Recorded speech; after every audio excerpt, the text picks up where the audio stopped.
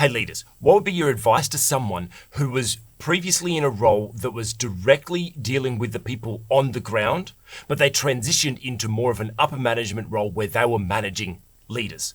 What would your advice be? There's some of the biggest challenges is making this mental shift from doing the work to leading the people doing the work to then leading the people that are leading the people doing the work. Because we as leaders need to be very, very, very careful that we're not micromanaging. I think that's probably one of the biggest faux pas of leadership is micromanaging. You need to make sure you avoid micromanaging from a couple of things. The first thing I would recommend is making sure you have your values clearly outlined. Now, if it's your organization, you need to have your values outlined. You need to list out, maybe 5 to 7 different core values of your organization that that are going to drive every decision, drive every right outcome for the organization.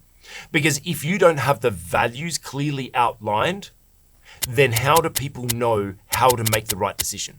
Because not everything is in the SOPs. You can't create a system and procedure for absolutely everything, absolutely every situation. That's where the core values come into play.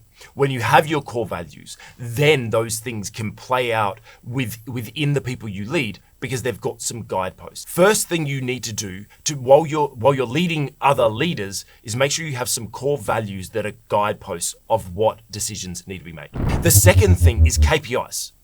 Now, you're normally running very specific KPIs and outcomes if you're directly managing the team that are doing the output, the hands-on, the on-the-ground, the foot soldiers, so to speak. And so you know what the practical KPIs are for that particular unit. But do your leaders have their own KPIs?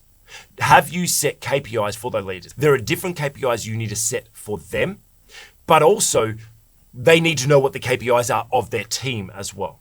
So if you're leading people that are leading others, we must have clear KPIs so that they know exactly what they need to do. That's how you prevent micromanaging.